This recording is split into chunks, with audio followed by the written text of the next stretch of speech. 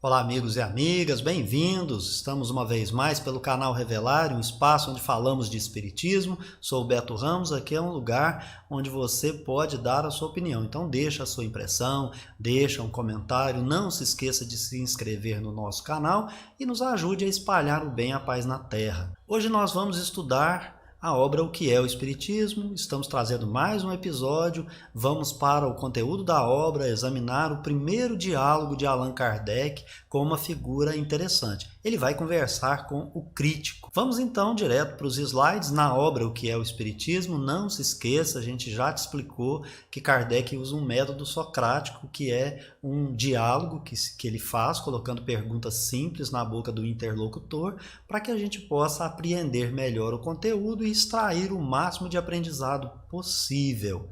Na realidade, no capítulo 1, ele vai conversar com 3 personagens. A primeira delas é o crítico. Como é que eu estabeleci o estudo aqui para que eu pudesse extrair o máximo de aprendizado? Eu fui resumindo, detectando questões que eu reputei importantes. Ou seja, isso não significa que elas são as questões mais importantes. Foram importantes para mim no momento em que eu estava me debruçando sobre a obra. Se você detectar algo importante, puder e quiser, tiver a generosidade, compartilhe conosco nos comentários. Vamos lá então para esse primeiro diálogo do capítulo 1. Mas como eu te disse, eu tenho uma metodologia para que eu possa me debruçar sobre um objeto de investigação. Então aqui eu identifiquei 2 personagens nesse diálogo. Quem é o crítico e quem é o espírita. Estou pensando aí que o espírita é a figura do Allan Kardec que está conversando e o crítico é aquela outra figura que é a personagem com a qual Kardec vai dialogar. Então, segundo as informações de Kardec, quem é o crítico? É aquele que julga, que aprecia e, acima de tudo, censura. Ele é uma figura que, antes de abrir o livro, ele já condenou em seus pensamentos. É um preconceituoso. E ele vai, então, desta maneira, quando se debruçar para examinar, fazer um exame totalmente parcial. Ao contrário, de um outro lado, quem é o espírita? O espírita é aquele que conhece e que estudou os princípios espíritas. Após identificarmos essas 2 personagens, olha que interessante. Kardec nos dá uma informação importantíssima. A pergunta é possível que a gente faça um curso de espiritismo como a gente faz um curso de química, um curso de física? Kardec diz categoricamente, não. Por quê? Porque os fenômenos espíritas não estão à mercê da vontade do experimentador. É que nós vamos trabalhar com inteligências. Essas inteligências são os agentes dos fenômenos. Trocando em miúdos, são as almas daqueles que desencarnaram, são os espíritos daqueles que desencarnaram. Então, são almas de seres humanos. Se seres humanos frustram expectativas, é claro, é óbvio que os espíritos também o farão. Eles não estão à nossa disposição. Então, qual é o primeiro passo para que se conheça o espiritismo? Kardec ensina que é preciso se instruir pela teoria, depois meditar acerca dos princípios e aprender como cada fenômeno está descrito e como ocorre.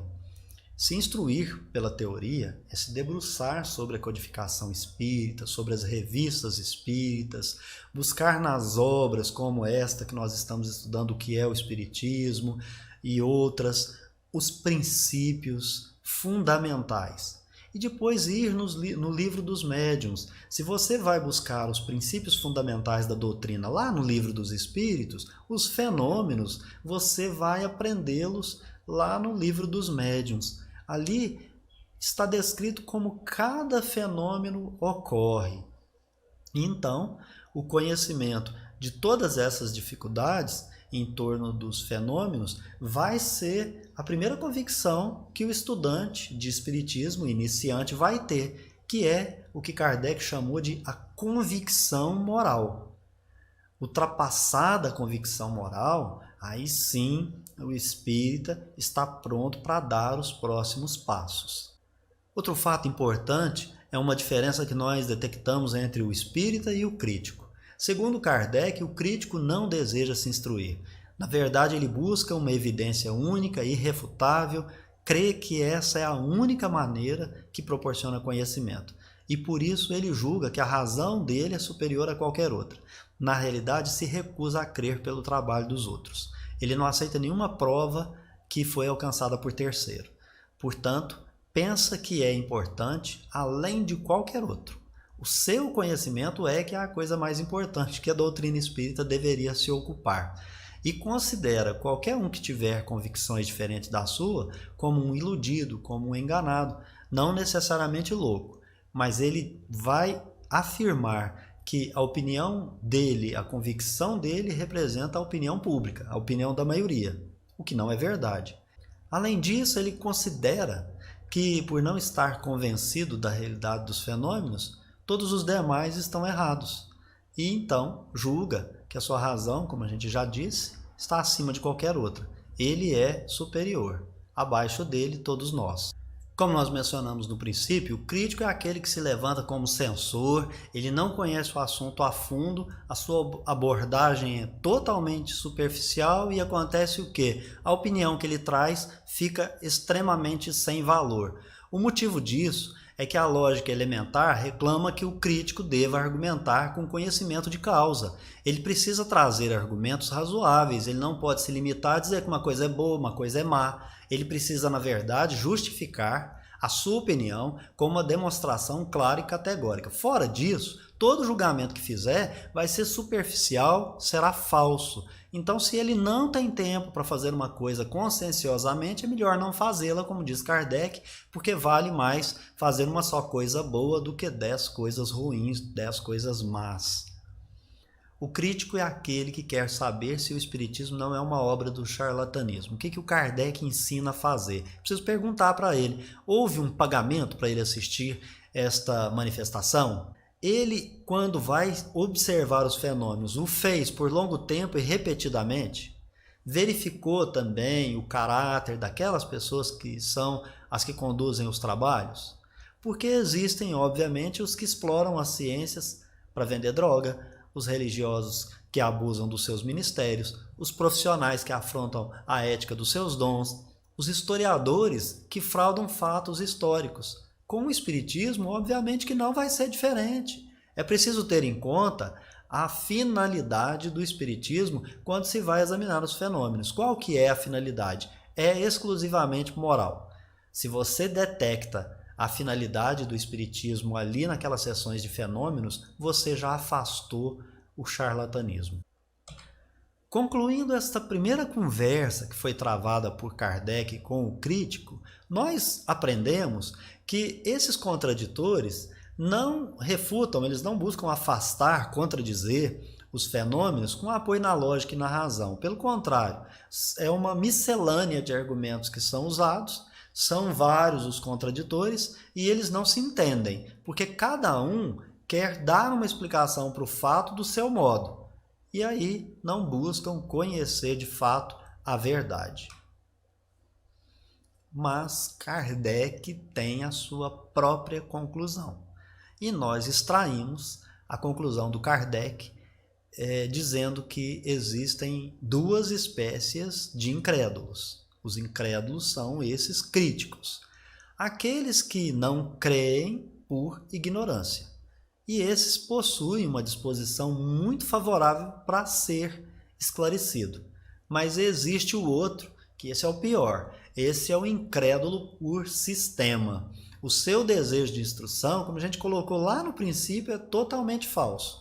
Ele se aborrece quando ele não encontra desde o início aquilo que ele procura. E ele não busca vencer aquelas prevenções que são os seus preconceitos. Por isso, o seu julgamento errado, falso, é muito mal, muito ruim. E por isso, eles partem para o outro momento, que é a zombaria. Por fim, Kardec então deixa muito claro: todo indivíduo que quiser se instruir a respeito dos fenômenos espíritas O primeiro obstáculo que ele tem que transpor é a barreira da mera curiosidade. Se você vai se debruçar sobre o fenômeno espírita por mera curiosidade, está perdendo o seu tempo, as inteligências vão frustrar as suas expectativas, porque os espíritos não estão à nossa mercê e nem à nossa disposição. É necessário, inclusive, observar fenômenos para, de passagem, buscar apreender princípios que estão se revelando sem que o investigador esteja percebendo, porque o seu desejo de instrução é falso e ele tem outros objetivos, a sua busca é outra que não a instrução. É isso aí, pessoal, esse foi o nosso vídeo de hoje. Trouxemos para você o que é o Espiritismo, a pequena conferência espírita. O primeiro diálogo foi com o crítico. No próximo encontro vamos trazer um outro diálogo, então nos acompanhe. Espero que você tenha gostado. Se gostou, deixa a sua impressão. Se não é inscrito no canal, se inscreva. Não deixe de compartilhar o vídeo nas suas redes sociais para a gente aumentar o alcance, para a gente levar esse conhecimento aí para outras paragens, e a gente depende da nossa audiência, da sua generosidade em nos ajudar a espalhar o bem e a paz na Terra. Como é que a gente espalha o bem e a paz na Terra? Espalhando conhecimento. A doutrina espírita deseja espalhar conhecimento, instrução. Assim sendo, te agradeço por ter ficado comigo até agora. Eu te vejo no próximo vídeo. Até lá. Revelare religiosidade e espiritualidade. Um abraço.